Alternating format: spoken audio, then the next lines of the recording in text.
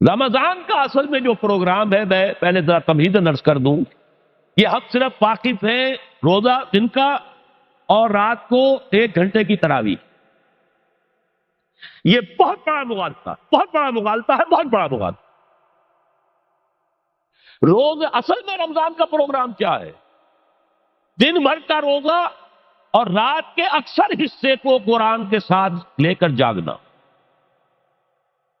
لیکن حکمت خداوندی نے پہلے حصے کو تو فرض کیا ہے، دوسرے کو فرض نہیں کیا، اس کو ترغیب اور تشویق پر چھوڑ دیا۔ لیکن اس کی جو اہمیت ہے میں چاہتا ہوں کہ پہلے اچھی طرح اس کو سمجھ لیں آپ۔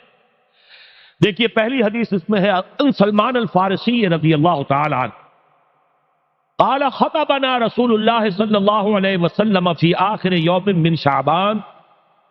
حضرت سلمان فارسی سے مروی ہے، انہوں نے فرمایا کہ خطبہ ارشاد فرمایا ہمیں اللہ کے رسول نے صلی اللہ علیہ وسلم شعبان کے آخری دن۔ فقال، آپ نے ارشاد فرمایا، یہ خطبہ طویل ہے، میں نے صرف شروع کے چند جملے یہاں نقل کیے ہیں۔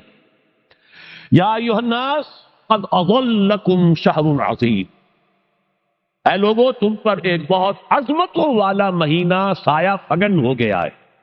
دیکھیے سایہ فگن سے وہ انگریزی کا محاورہ آپ کے ذہن میں آنا چاہیے، coming events cast their shadows before. ابھی رمضان شروع نہیں ہوا ہے، شعبان کا آخری دن ہے، تو وہ کمنگ ایونٹ جو ہے رمضان مبارک، اس کا سایہ آ گیا ہے تم پر، اس لیے حضور نے وہ لفظ استعمال کیا قد اظلکم، ظلال کہتے سائے کو، قد اظلکم شہر عظیم، بڑی عظمت والا مہینہ ہے، شہر مبارک، بہت برکت والا مہینہ ہے، شہر فیہ لیلۃ خیر من الف شہر، اس میں ایک رات وہ بھی ہے، وہ مہینہ جس میں ایک رات وہ بھی ہے جو 1000 مہینوں سے افضل ہے۔ انا انزلناہ فی لیلۃ القدر وما ادراک ما لیلۃ القدر لیلۃ القدر خیر من الف شہر۔ اب جو اگلے 2 جملے ہیں وہ نوٹ کیجئے، جعل اللہ صیامہ فریضۃ وقیام لیلہ تطوعا، اللہ نے ٹھہرایا ہے، قرار دیا ہے اس کا روزہ رکھنا تو فرض کے درجے، اور اس کی رات کا قیام تطوع کے درجے میں، اپنی مرضی پر، اپنی خواہش پر، نفل کے طور پر یہ تم پر لکھ دیا گیا ہے، لکھا تو گیا ہے، جعلہ تو ہے۔ مجعول کا جو پہلا مفعول ہے وہ کیا ہے؟ جعلہ کا مجعول اول کیا ہے؟ دن کا روزہ، اور مجعول ثانی کیا ہے؟ قیام لیلہ، رات کو کھڑا رہنا۔ اب یہ رات کا کھڑا رہنا، اس کی کتنی مقدار ہوگی؟ کہاں سے معلوم کریں گے؟ قرآن سے۔ جب یہ لفظ آیا ہے سورہ مزمل میں، یا ایھا المزمل قم اللیل الا قلیلا نصفہ او انقص منہ قلیلا او زد علیہ ورتل القرآن ترتیلا، یہ معنی ہے اے لحاظ کپل میں لپٹ کر لیٹنے والے، کھڑے رہا کرو رات کو سوائے اس کے تھوڑے سے حصے کے، یعنی آدھی رات یا اس میں تھوڑا سا کم کر لو، جسے پھر کہا مفسرین نے 1/3 رات کم سے کم، اور زد علیہ، یا آدھی پر بھی کچھ زیادہ کرو، یہ 2/3 رات ہو گئے۔ ورتل القرآن ترتیلا، اور قرآن کو اتارا کرو تھوڑا تھوڑا تھوڑا، یہ ترتیل، تفریل، تنزیل، جیسے قرآن تھوڑا تھوڑا محبت پر نازل ہوا صلی اللہ علیہ وسلم، ایسے ہی تھوڑا تھوڑا تھوڑا قرآن اپنے اندر اتارو، ہیمر اٹ ڈاؤن، اپنے ذہنوں میں اتارو، اپنے قلب میں اتارو، اس کے لیے رات کو کھڑے رہو، اور قیام اللیل کم سے کم 3 شب کے اوپر اطلاق ہوگا، اس سے کم پر تو اطلاق ہے ہی نہیں۔ اگلی حدیث پڑھیے، اور یہ ہے جو عام طور پر ہر مسجد میں بھی آج کل خوب یہ گونج رہی ہوگی، حدیث بیان ہوتی ہے، اس لیے کہ بخاری اور مسلم دونوں میں موجود ہے، متفق علیہ روایت ہے، اس سے اونچا تو درجہ سند کے اعتبار سے تو حدیث کا کوئی اور درجہ اس سے اونچا ہے نہیں۔ عن ابی ہریرہ رضی اللہ عنہ قال قال رسول اللہ صلی اللہ علیہ وسلم، حضرت ابو ہریرہ سے روایت ہے، آپ نے فرمایا کہ حضور نے ارشاد فرمایا، من صام رمضان ایمانا و احتسابا غفر له ما تقدم من ذنبه، جس نے روزہ رکھا رمضان مبارک کے دوران اللہ پر یقین رکھتے ہوئے اور اس سے اجر و ثواب کے حاصل ہونے کی امید میں، اس کے تمام پچھلے گناہ معاف ہو جاتے ہیں۔ ومن قام رمضان ایمانا واحتسابا غفر له ما تقدم من ذنبه، اور جو کھڑا رہا رمضان کے دوران، کھڑا رہا ہے، جیسے ساما، میں نے شروع میں آپ سے عرض کر دیا تھا یہ مصدر ساما یصوم صوما قام یقوم قیاما، ومن قام رمضان، جو کھڑا رہا رمضان کے دوران، پورے رمضان کے دوران کھڑا رہا، ایمان و احتسابا کی شرط پھر وہی ہے، غفر له ما تقدم من ذنبه، وہی اجر اس کا بھی ہے۔ ومن قام لیلۃ القدر ایمانا واحتسابا غفر له ما تقدم من ذنبه، اور جو خاص طور پر لیلۃ القدر میں کھڑا رہا ایمان اور احتساب کے ساتھ، اس کے بھی پچھلے گناہ معاف ہو گئے۔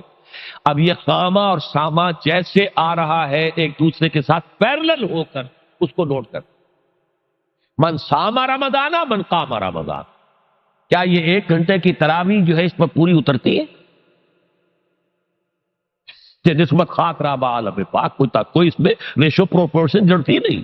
اگلی حدیث بھی پڑھ لیجیے، یہ وہی آگے عبداللہ ابن عمرو بن العاص رضی اللہ تعالی عنہما، جن کے بارے میں نے عرض کیا تھا، بہت ہی زاہد منش، بڑے عابد، ہر روز روزہ اور پوری رات نماز پڑھتے تھے، وہ راوی ہیں اس کے۔ عن عبداللہ ابن عمرو رضی اللہ عنہما ان رسول اللہ صلی اللہ علیہ وسلم قال الصیام والقرآن یشفعان للعبد، روزہ اور قرآن دونوں بندے کے حق میں شفاعت کریں گے۔ یقول الصیام، روزہ یہ کہے گا اے رب، اے پروردگار، انی منعتہ الطعام والشہوات بالنہار، میں نے تیرے اس بندے کو روکے رکھا کھانے پینے سے اور شہوت سے دن کے وقت، فشفینی فی، میری وجہ سے روکا رہا، یہ کھانے کو اچھے سے اچھے جو ہے وہ موجود تھے کھانے، اور پینے کے لیے اعلیٰ سے اعلیٰ مشروب تھے، یہ رکا رہا میری وجہ سے کہ روزہ رکھا ہوا تھا، اور جیسا میں نے کہا منکوحہ بیوی موجود تھی لیکن رکا رہا تھا، میں رکھا اس نے اپنے آپ کو میری وجہ سے، تو میری شفاعت اس کے حق میں قبول فرما۔ وَيَقُولُ القرآن، اور قرآن یہ کہے گا مَنَعْتُهُ النَّوْمَ بِاللَّيْلِ، میں نے اسے روکا رکھا رات کو سونے سے، فَشَفِّعْنِي فِيهِ، تو پروردگار میری شفاعت اس کے حق میں قبول فرما، فَيُشَفَّعَانِ، تو ان دونوں کی شفاعت قبول کی جائے گی۔ سوال یہ ہے کہ کیا روزہ 1 گھنٹے کا یا 2 گھنٹے کا ہے؟ تو یہ قیام جو ہے یہ 1 گھنٹے کا کیسے ہو گیا؟ تو میں نے پہلے کوسچن مارک آپ کے ذہن میں کھڑا کر دیا، اب جواب سنیے اس کا۔ جواب یہ ہے کہ اس کو اللہ تعالیٰ کی حکمت یہ تھی کہ اسے فرض نہ کیا جائے، اس کو معلوم ہے۔ عالمان سیکون منکم مرضی وآخرون یضربون فی الارض یبتغون من فضل اللہ وآخرون، اللہ کے علم میں ہے میرے کچھ بندے ہوں گے بیچارے غریب مستور، جن پر مشقت کریں گے، محنت کریں گے، وہ روزہ ہی رکھ لیں، بہت بڑی بات ہے، بہت بڑی بات۔ رات بھر کا قیام کیسے کریں گے؟ 2/3 رات کیسے کھڑے رہیں گے؟ آدھی شب کیسے ممکن ہے؟ لہذا فرض نہیں کیا، حضور نے بھی فرض نہیں کیا، نہ اس کو آپ نے لازم کیا، نہ اس کے لیے وہ زوردار جو لوگوں سے کہا کہ ضرور پڑھو، چھوڑ دیا پڑھو، اصل لوگ پڑھتے تھے اپنے طور پر۔ اب یہ کہ کوئی آدھی رات کھڑا ہے، کوئی 1/3 رات ہے، کوئی پوری رات ہے، حق ہے اللہ کے بندے۔ لیکن 3 دن حضور نے یہ باجماعت نماز پڑھا دی، لیکن پڑھائی ہے وہ تہجد کے وقت، یعنی لوگ رات کے وقت جو بھی ہے کھڑے ہیں، جاگ رہے ہیں، قرآن پڑھ رہے ہیں، لیکن یہ کہ خاص تہجد کے وقت آپ اپنے حجرے سے برآمد ہوئے تو لوگ جمع ہو گئے، آپ کے گرد جمع ہو گئے۔ آپ نے 3 دن یہ 8 رکعتیں جو تہجد کی حضور کی ہوتی تھی، وہ آپ نے 8 رکعتیں پڑھائیں باجماعت، لیکن وہ وقت تہجد کا تھا، یہ نوٹ کر لی۔ 4تھے دن بھی صحابہ منتظر رہے، جب حضور برآمد ہوں گے تشریف لائیں گے، نہیں آ رہے حضور، تو کچھ کھنگار بھی رہے ہیں، کہیں پتہ نہیں حضور کہیں اونگ نہ آ گئی ہو تو ہماری آوازوں سے جاگ جائیں، پھر بھی نہیں آئے حضور۔ اگلے روز آپ نے فرمایا کہ میں جان بوجھ کر نہیں آیا، میں اگر یہ متواتر تمہیں پڑھاؤں گا تو یہ تم پر فرض ہو جائے گی۔ یہ ہے وہ رافت اور رحمت، بالمومنین رؤوف الرحیم، جو اللہ تعالیٰ کی شان ہے رحمان الرحیم ہونے کی، بالمومنین رؤوف الرحیم، یہ محمد الرسول اللہ بھی ہے، تم پر یہ سختی جو ہے یہ تمہارے لیے قابل برداشت نہیں ہوگی، لہذا میں نے یہ 3 دن صرف پڑھائی ہے، اگر مسلسل پڑھاتا تو فرض ہو جاتا۔ یہاں تک تو ہے حکمت نبوی کا معاملہ، اب آیا حکمت صحابی یا حکمت خلیفہ راشد۔ یہی معاملہ رہا حضور کی حیات طیبہ کے دوران، یہی حضرت ابوبکر رضی اللہ تعالیٰ عنہ کی خلافت کے دوران، یہی حضرت عمر کا بھی ابتدائی دور، لیکن دور خلافت عمر فاروق کے دوران یہ واقعہ آیا کہ حضرت عمر داخل ہوئے مسجد میں دیکھا رات کے وقت ابھی کوئی باجماعت تراویح کا کوئی انتظام نہیں تھا. آپ نے دیکھا کچھ لوگ مسجد کے اس کونے میں کھڑے ہیں, ایک حافظ ہے, سادے تو حافظ نہیں ہوتے تھے نا, تو کوئی حافظ ادھر, انہوں نے 5 6 7 8 آدمیوں نے کسی حافظ سے وہ گزارش کی, وہ انہیں قرآن سنا رہا ہے, وہ کھڑے سن رہے, کوئی دوسرے کونے میں ایک دم گھٹا ہے, کوئی تیسری طرف ہے, کہیں ہے, تولیوں کے اندر لوگ جو ہے وہ قیام اللیل کا حق ادا کر رہے ہیں. آپ نے فرمایا کیا ہی بہتر ہو کہ یہ سب جمع ہو جائیں کہ امام کے پیچھے, اور پھر یہ کہ اسے عشاء کے ساتھ متصل رکھ دے, تاکہ جس کو کہتے ہیں عربی میں ما لا یترک کلہ لا یترک کلہ, اگر کوئی شے کل کی کل حاصل نہیں ہو سکتی تو کوئی شخص بھی مسلمان بالکل محروم نہ رہ جائے, کم سے کم یہ 20 رکعت تراویح تو پڑھے اور قرآن سن لے, تاکہ کسی نہ کسی درجے میں تو اس کا بھی حصہ ہو جائے اس کی برکات میں سے. یہ ہے حکمت حضرت عمر فاروق کے فیصلے کی. اور چونکہ حضور نے فرمایا علیکم بسنتی و سنت الخلفاء الراشدین المہدیین, تم پر لازم ہے کہ میری سنت کو اور میرے خلفاء راشدین کی سنت کو مضبوطی سے پکڑو. یہ وجہ ہے کہ فقہائے اربعہ جو ہیں ہمارے, وہ سب کے سب اس کو واجب کے درجے میں رکھتے ہیں, اس لیے کہ یہ فیصلہ حضرت عمر کا, عمر خلیفہ راشد ہیں رضی اللہ تعالی عنہ, لہذا یہ نظام بن گیا تراویح کا. اب میں اس کی نفی نہیں کر رہا, لیکن جو شخص سمجھتا ہے کہ اس سے اصل حکمت اور غرض و غایت پوری ہو گئی, وہ مغالطے میں مبتلا. یہ تو علی الاقل کم سے کم اس درجے میں کہ ہر مسلمان کم سے کم اس درجے تک تو جو ہے وہ کچھ نہ کچھ حاصل کر ہی لے, اور وہ اس سے محروم نہ ہو بالکل ہی. ما لا یدرک کلہ لا یترک کلہ, اس درجے میں حضرت عمر کا فیصلہ ہے, اور اسی کی وجہ سے ہمارے خلفاء, ہمارے جو ائمہ اربعہ انہوں نے قبول کیا ہے. اور یہی اس مسئلے کا حل ہو جائے گا جو اہل حدیث حضرات اس کے اوپر جو ہے چیلنج بھی شائع کرتے ہیں, کوئی ثابت کر دے حضور سے 20 رکعتیں تو ہم اتنے لاکھ, ہم بھی کہتے ہیں کہ حضور سے ثابت نہیں ہے, کون کہتا دعویٰ ہی نہیں. یہ تو حضرت عمر کا فیصلہ ہے, حضرت عمر کا فیصلہ, خلیفہ راشد کا فیصلہ, اس کو امت نے قبول کیا ہے, لہذا وہ نظام ہے, رہے گا. اور یہی جو ہے آپ کو معلوم ہے, حالانکہ یہاں اکثریت جو ہے وہاں پر وہ اہل حدیث حضرات کی ہے سعودی عرب میں, حرمین میں وہی 20 رکعت تراویح ہوتی, اس لیے کہ وہ ان کا جو آفیشل مسلک ہے وہ مسلک حنبلی, حنفی نہیں ہے, وہ حنبلی مسلک میں بھی یہی ہے, شافعی میں بھی یہی ہے, مالکی میں تو 36 تک کی روایتیں موجود ہیں, 36 رکعت. لیکن یہ ہے کہ یہ ہے وہ 20 رکعت تراویح کا معاملہ, اس کی نفی میری بات سے نہ سمجھ لیجئے گا, وہ ٹھیک ہے, حضرت عمر کا فیصلہ ہے. پھر یہ کہ یہ آسان ترین ہے کہ عشاء کے ساتھ ہی متصل پڑھ لی, اور آج تو ہماری نیند کا کوئی حصہ اس میں جاتا ہی نہیں, کون سوتا ہے اس سے پہلے, سوال ہی پیدا نہیں ہوتا. لیکن یہ جو کہہ رہے کہ قرآن کہے گا میں نے اسے نیند سے روکے رکھا, اس کا حق کہاں ادا ہوا؟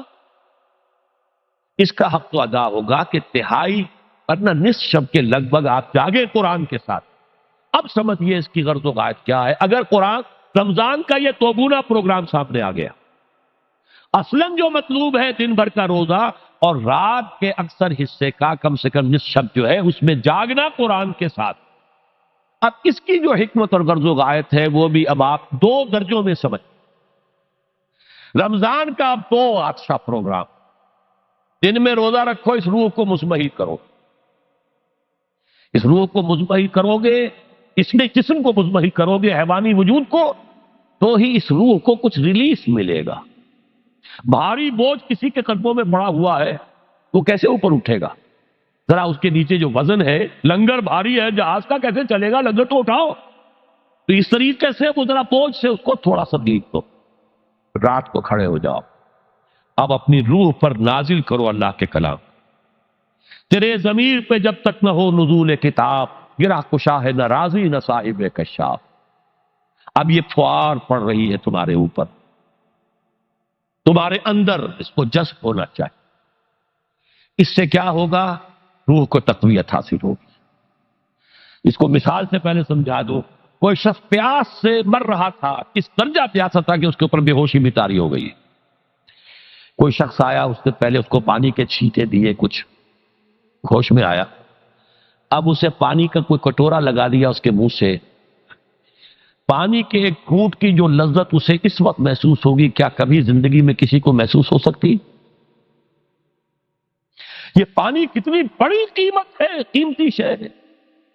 یہ تو اسی سے پوچھے جسے شب پیاس لگی تھی, اور پیاس کی تو بچے ہیں, لہذا ہمیں وہ پیاس محسوس ہی نہیں ہوتی کہ یہ بھی واقعی میرے اندر کوئی پیاس ہے. روح بیدار ہوگی تو وہ پیاس جو اس کے اندر اب پیدا ہوئی ہے وہ کدھر متوجہ ہوگی؟ اپنے پروردگار کی طرف۔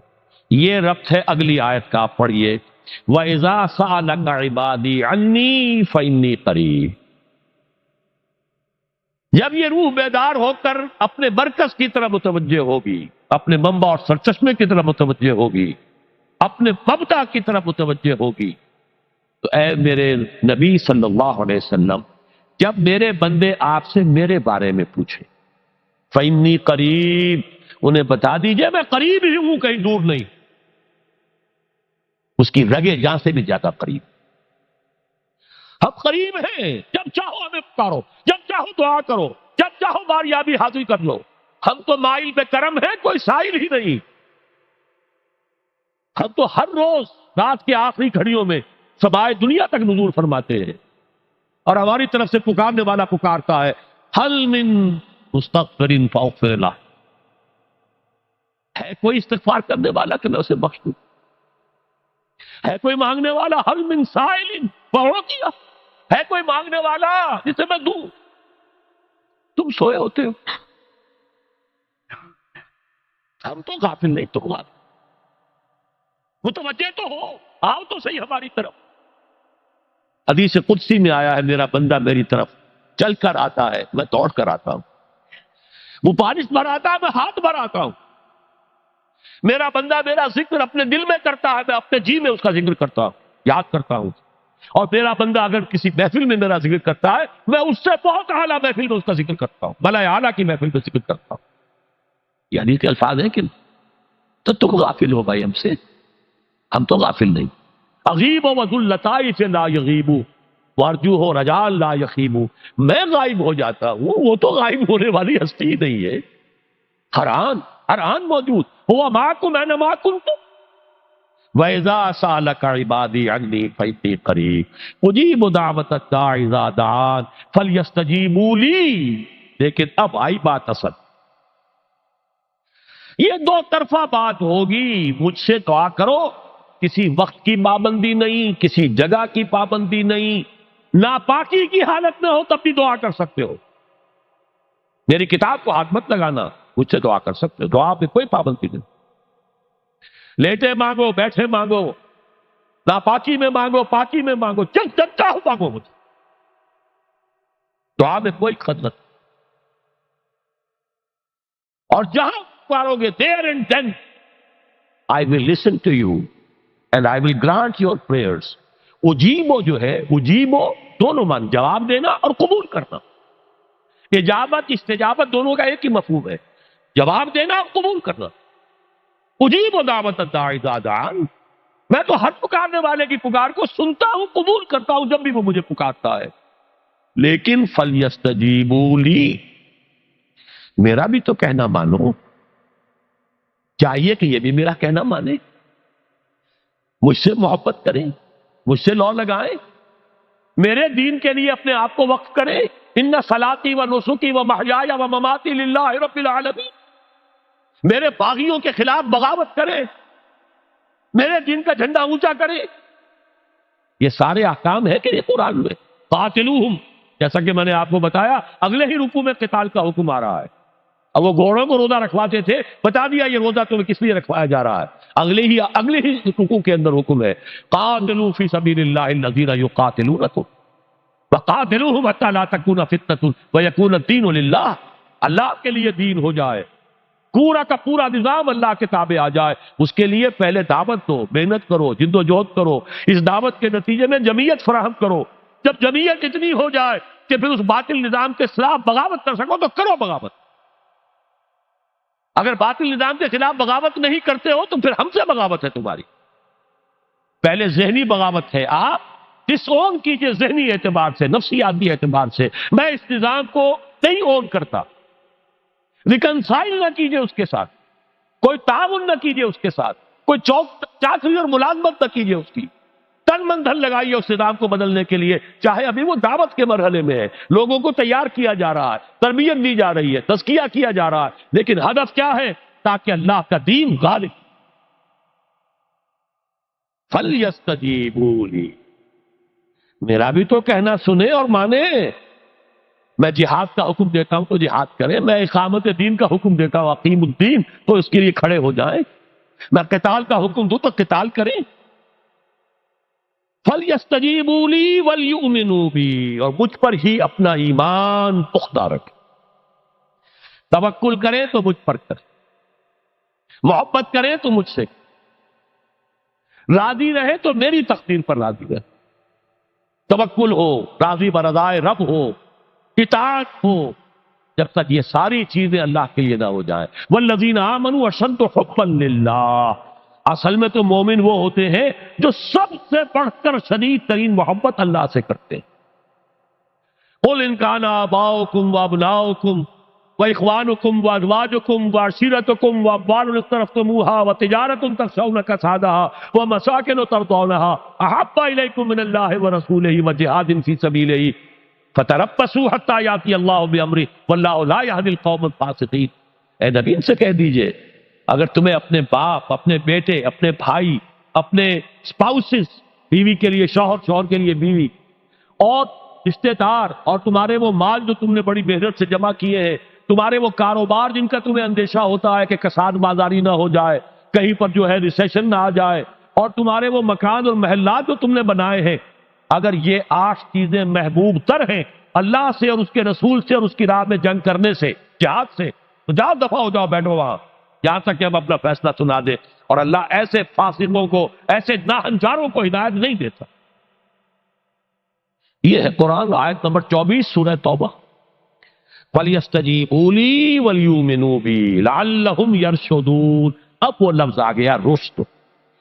دیکھیے پہلے آیا تھا لَعَلَّكُمْ تَتَّقُونَ، روزہ، مجرد روزہ تقوی پیدا کر دے گا، ضبط نفس، اور ضبط نفس بھی وہ جو حکم خداوندی کا تابع ہے۔ یہ روزے کی ریاضت ہے، روزے کی ریاضت کا حاصل۔ رمضان کے روزے کے ساتھ قیام اللیل کا دو گنا پروگرام، دن میں روزہ، رات کا قیام قرآن کے ساتھ۔ اس کا پہلا نتیجہ کیا ہے؟ لعلکم تشکرون، تاکہ قرآن کی عظمت منکشف ہو جائے، قرآن کی قدر و قیمت سے تم آگاہ ہو جاؤ، تمہیں معلوم ہو جائے کتنی بڑی دولت ہے جو اللہ نے دی ہے۔ اور آخری بات یہ، جب تمہاری روح بیدار ہو جائے گی، اپنے مالک کے ساتھ ہم کلام ہوگی، اسی کا نام دعا ہے۔ دعا ہے جس کے بارے میں حضور نے فرمایا الدعاء مخ العبادہ، یہ عبادت کا جوہر ہے۔ الدعاء هو العبادہ، دعا ہی تو اصل عبادت ہے۔ یہ دعا ہی تو ہمیں میسر نہیں ہے۔ 17 رکعتیں پڑھنی ہیں ہم نے عشاء کی، لیکن اللہ کے ساتھ کوئی لوح نہیں لگی، ادھر کی ادھر کی سوچیں آ رہی ہیں۔ 17 رکعتیں پڑھی ہوں یا 7 پڑھی ہوں، 10 پڑھی ہوں، آپ کو اجر ملے گا، لیکن آپ کو دعا کی نصیب نہیں ہوئی۔ دعا کب ہوتی ہے؟ بقول اقبال، یہ جو میرے اندر ہے فائنائٹ ایگو، انائے صغیر، انا میں، یہ چھوٹی سی انا ہے، اس انائے کبیر، اس انائے کبیر کے لیے سب سے بڑی جو مظہر آیت ہے قرآن مجید میں وہ سورہ طٰ، اننی انا اللہ لا الہ الا انا، میں ہوں وہ اللہ جس کے سوا کوئی نہ۔ اننی انا اللہ لا الہ الا انا، یہ ہے فاعبدنی واقم الصلاۃ لذکری، یہ انائے کبیر ہے، انفائنائٹ ایگو، اللہ، انا اللہ، the big انا، اور یہ چھوٹی سی انا ہے، انا میں۔ جب یہ انائے صغیر انائے کبیر کے روبرو آتی ہے، ہم کلام ہو، یہ ہے دعا۔ اگر یہ جاگی ہی نہیں، بیدار ہوئی نہیں، ہم کلام ہوئی نہیں، تو دعا تو حاصل نہیں ہوئی، مخ عبادت جو ہے، جوہر عبادت میں حاصل نہیں ہوا۔ ہاں ایک شکل ہے عبادت کی، مراسم عبودیت ہے، یہ اشکال ہے، رہ گئی رسم ادا روح بلالی نہ رہی، فلسفہ رہ گیا تلقین غزالی نہ رہی، ایک شکل ہے، تم نے کر لی، اجر ملے گا، آخر وقت نکالا ہے، آپ اللہ کے سامنے کھڑے ہوئے ہیں، اجر سے محنت کا جو اجرت وہ دے گا، لازم اس پر بھی دے گا، لیکن حقیقت صلاۃ کوئی اور شے۔ اسی لیے کہا محمد رسول اللہ صلی اللہ علیہ وسلم الصلاۃ معراج المومنین، اہل ایمان کے لیے یہ معراج کے درجے کی شے ہے۔ معراج میں مکالمہ ہوا تھا، التحیات للہ والصلوات والطیبات، یہ حضور نے فرمایا السلام علیکہ ایھا النبی ورحمۃ اللہ وبرکاتہ، کس نے کہا؟ اللہ نے فرمایا السلام علینا وعلی عباد اللہ الصالحین، حضور نے فرمایا اس سلامتی میں تمام اللہ کے نیک بندوں کو شامل کر رہا ہوں، سلامتی مجھ پر بھی ہو اور تمام اللہ کے نیک۔ یہ مکالمہ ہے، مخاطبہ ہے۔ جب تک یہ مکالمے اور مخاطبے کی شکل نہیں، اگر وہ انائے صغیر جاگی ہی نہیں، سوئی ہوئی ہے، بے ہوش ہے، پڑی ہوئی ہے، سسک رہی ہے یا مر چکی ہے، روح مر بھی جاتی، جسم زندہ ہے، روح مر، جسم جان کے ساتھ زندہ ہے، حیوان انسان زندہ ہے، انسان مر چکا۔ اس لیے قرآن کہتا ہے نبی یہ مردہ ہے، اموات غیر احیاء، یہ نہیں سنتے ہیں، یہ آپ کو سمجھتے ہیں آپ کہ یہ بڑے غور سے سن رہے ہیں، نہیں سن رہے، یہ تو مردہ ہے، روحانی طور پر مردہ ہے، ان کی روح مر چکی ہے، یہ تو حیوان رہ گیا ہے زندہ صرف، یہ چلتے پھرتے مقبرے ہیں، یہ چلتے پھرتے تعزیے ہیں، اس کے سوا کچھ نہیں۔ یہ ابو جہل کون ہے اور ابو لہب کون ہے؟ یہ حیوان ابو جہل ہے اور حیوان ابو لہب ہے۔ ظاہر بات ہے کہ آنکھ تو کتے کی بھی ہے اور بلی کی بھی ہے، اور کان کتے کے بھی ہے، بلی کے بھی ہے۔ کتا بھی دیکھ کر گاڑی آ رہی ہے تو اپنے آپ کو بچاتا ہے، تم نے بچا لیا تو کون سا بڑا کمال کیا۔ وہ اندر کا انسان مر چکا ہے، یہ انسان اندر کا روحانی وجود یا مر چکا ہے یا سسک رہا ہے یا دبا ہوا ہے، بے ہوش ہے۔ یہ بیدار ہو اور ہم کلام ہو، افلاک سے آتا ہے نالوں کا جواب آخر، کرتے ہیں خطاب آخر، اٹھتے ہیں حجاب آخر، آتا ہے اللہ جواب دیتا ہے۔ اجیب دعوت الداعی اذا دعان، روحانی کان کھلے ہو تو تم جواب سنو گے، ان کانوں سے نہیں۔ وہی جب محمد پر آئی تھی ان کانوں سے نہیں آئی تھی، وہ دل پر اتری تھی براہ راست، فَإِنَّهُ نَزَّلَهُ عَلَىٰ قَلْبِكَ، ان کانوں کا ان آنکھوں کا سوال نہیں ہے، وہ دل پر براہ، روح ہے محمدی پر، یہ روح، اسی لیے وہی کو بھی روح کہا گیا ہے، لانے والا بھی روح، اور روح الامین جس پر لایا گیا وہ بھی روح محمدی، جس کا مسکن ہے قلب محمدی، اور جو لائی گئی وہ بھی روح ہے۔ وَكَذَلِكَ أَوْحَيْنَا إِلَيْكَ رُوحًا مِّنْ أَمْرِنَا، یہ قرآن ہم نے نازل کیا، ایک روح ہے اے محمد جو آپ پر نازل کی۔ مَا كُنْتَ تَدْرِي مَا الْكِتَابُ وَلَا الْإِيمَانُ، اس سے پہلے تو آپ کو کچھ پتہ نہیں تھا، کتاب کیا، شریعت کیا، ایمان کیا، وَلَٰكِنْ جَعَلْنَاهُ نُورًا، ہم نے اس قرآن کو نور بنا کر آپ پر اتارا ہے۔ یہ ہے، اس کے لیے ہے اصل رشد۔ اب آخری لفظ آیا رشد، یہ گویا کہ جو مختلف الفاظ ہیں قرآن میں، کامیاب، فائزون، اولئک هم الفائزون، ٹھیک ہے، فوز، کامیابی تک پہنچنے والا، اولئک هم المفلحون، یہ ایک اور لفظ ہے، لیکن راشدون یہ چوٹی کا لفظ ہے، اسی لیے صحابہ کے لیے آیا اولئک هم الراشدون سورہ الحجرات میں۔ اسی لیے انسانوں میں سے نبیوں کے بعد سب سے اونچے چوٹی کے انسان ابو بکر، عمر، عثمان، علی، ان کے لیے آیا خلفاء الراشدون، علیکم بسنتی وسنت الخلفاء الراشدین المہدیین، یہ رشد ہے، رشد تک پہنچنا ہے تو یہ کام ہے، اور یہ ہے اصل حاصل صیام و قیام رمضان کا، اولئک هم الراشدون۔ اللہم ربنا اجعلنا منہم، اللہم ربنا اجعلنا منہم، اللہم ربنا اجعلنا منہم۔